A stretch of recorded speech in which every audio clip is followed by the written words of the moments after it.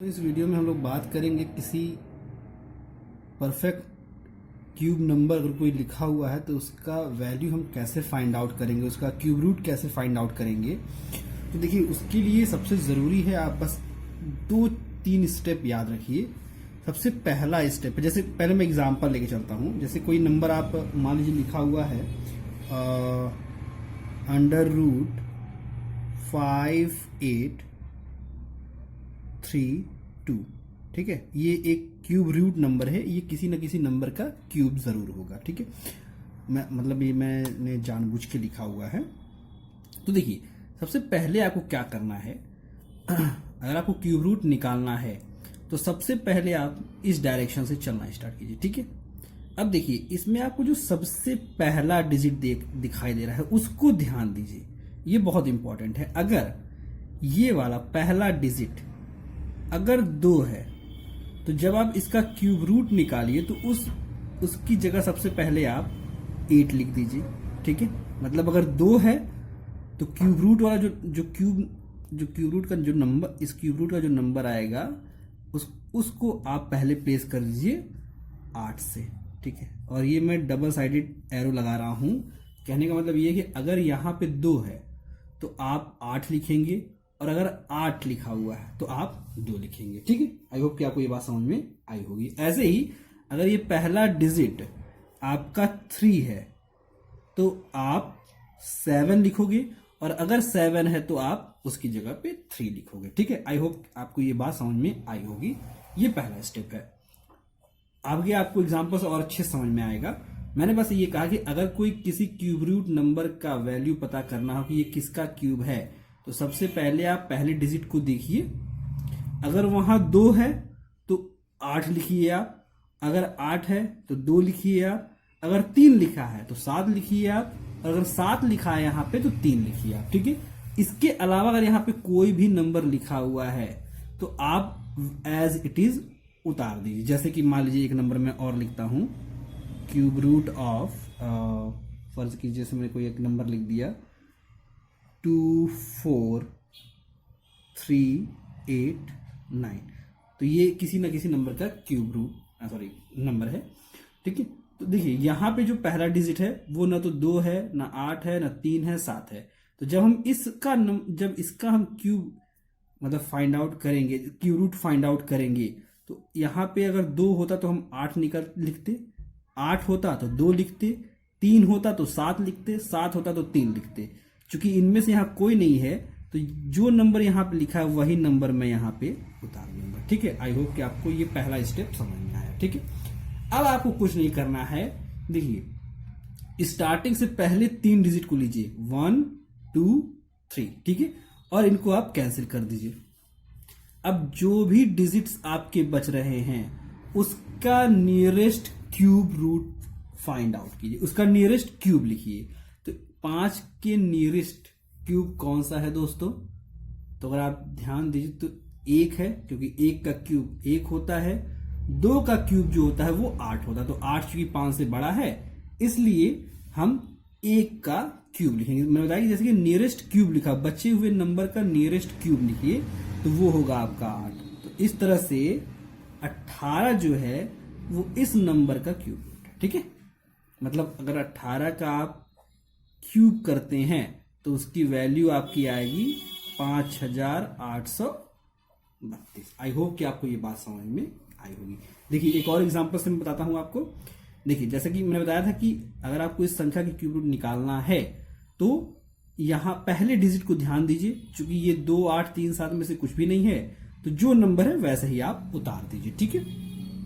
अब आपको दूसरा स्टेप क्या करना है? दूसरे स्टेप में पहले 3 डिजिट को आप लीजिए इस डायरेक्शन से, ठीक है, मतलब फ्रॉम राइट टू लेफ्ट। तो राइट टू लेफ्ट आप 3 डिजिट लीजिए और उसको काट दीजिए, भूल जाइए उसको, ठीक है। बाकी जितने भी डिजिट बच रहे हैं उनका आप नियरेस्ट क्यूब लिखिए। देखिए, नियरेस्ट नंबर कौन सा होगा आपका? 1 का क्यूब 1, 2 का क्यूब 8, 3 का क्यूब जो होगा वो 27 होगा। तो 27 24 से बड़ा है, तो आप कौन सा नंबर लेंगे? 2 का क्यूब, यानी 2 आप लिखेंगे, ठीक है। तो यहां से आप 2 लिख दीजिए। तो 29 जो है वो आपका इस नंबर का क्यूब रूट है। आई होप कि आपको इतनी बात समझ में आई होगी। चलिए एक और एग्जांपल लेता हूं मैं आज ही आपको 8-10 एग्जांपल से क्लियर कर देता हूं। चलिए अब आप फटाक से बताइएगा। एक मैं नंबर, एक क्यूब रूट लिख रहा हूं मैं, वैल्यू है 50653। ये cube root of this number find out करना है। तो जैसा कि मैंने बताया, सबसे पहला स्टेप क्या होता है आपका, फर्स्ट डिजिट देखिए क्या है, 3 है, तो 3 को किससे रिप्लेस करना होता है आपको, 7 से। ठीक है, ये हो गया। अब राइट टू लेफ्ट चलिए, राइट टू लेफ्ट चलिए और पहले 3 डिजिट को आप उड़ा दीजिए और जो बाकी बचे हुए नंबर हैं उनका नियरेस्ट क्यूब बताइए कौन सा होगा, कौन सा नंबर होगा। तो 1 का क्यूब 1, 2 का क्यूब 8, 3 का क्यूब 27, 4 का क्यूब 64, तो 64 मतलब बड़ा हो गया माफ कीजिएगा। तो यहां पे आप 3 का क्यूब मतलब यहां पे आप क्या लिखोगे आप, 3, यानी 37 इस नंबर का वैल्यू हो गया। ठीक है, चलिए एक और मैं एक नंबर लेता हूं, जैसे कि एक और मैं नंबर लेता हूं √3375, ये cube root of this one. तो कैसे फाइंड आउट करेंगे दोस्तों, देखिए सबसे पहले हम पहला डिजिट लेते हैं, ठीक है, राइट मोस्ट वाले नंबर का। हम ये चेक करते हैं क्या ये 2, 8, 3, 7 में से कुछ एक है, अगर है तो चेंज करेंगे, अगर नहीं है तो एज इट इज वैसा ही हम उतार देंगे। ठीक है, फिर इधर से चलते हैं और पहले 3 डिजिट को हम काट देते हैं और जो बचता है उसके नियरेस्ट क्यूब लिखते हैं हम।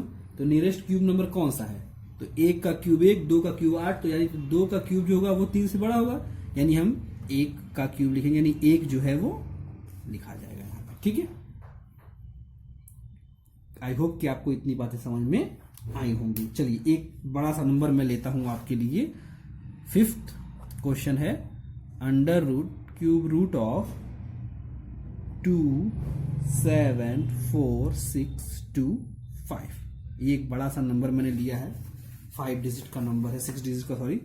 देखिए सबसे पहले आप पहला नंबर लीजिए, अगर ये 2 होता तो हम 8 से रिप्लेस कर देते, 8 होता तो 2 से रिप्लेस करते, 3 होता तो 7 लिखते और 7 होता तो 3 लिखते। इनमें से कोई नहीं है तो हम सिंपली 5 लिखा हुआ तो 5 हम एज इट इज उतार देंगे। ठीक है, आई होप कि आपको इतनी बात समझ में आई होगी। फिर मैंने क्या कहा कि राइट मोस्ट से चलते हुए आप शुरुआत के 3 सीरीज को काट दीजिए। अब जो बचा हुआ नंबर है उसके नियरेस्ट जिस नंबर का क्यूब लिखा होता है उसको हम लिखेंगे यहाँ पे। ठीक है, तो देखिए 274 लिखा हुआ है। अब अगर आप ध्यान दीजिए तो 6 का जो क्यूब होता है वो 216 होता है। देखिए 6 का क्यूब 216 होता है और 7 का क्यूब कितना होता है दोस्तों, 343 होता है। तो 343 जो है 274 से बड़ा है, इसलिए हम यहाँ पे कौन सा नंबर लिखेंगे, 7 लिखेंगे या 6 लिखेंगे, तो यहाँ पे हम 6 लिखेंगे, यानी 65 इसका करेक्ट आंसर है। ठीक है, चलिए और भी कुछ एग्जांपल्स से लेकर हम डिस्कस करते हैं। चलिए एक नंबर लिखा है मैंने अंडर क्यूब रूट ऑफ 9261। तो इसको अगर आप सॉल्व कीजिए तो देखिए यहाँ पे ना तो 2 है, ना 7 है, ना 3 है, ना 8 है, कुछ नहीं है, तो जो है वही आप उतार दीजिए। फिर पहले 3 डिजिट को आप काटिए और जो बचा हुआ नंबर है उसका नियरेस्ट क्यूब नंबर बताइए।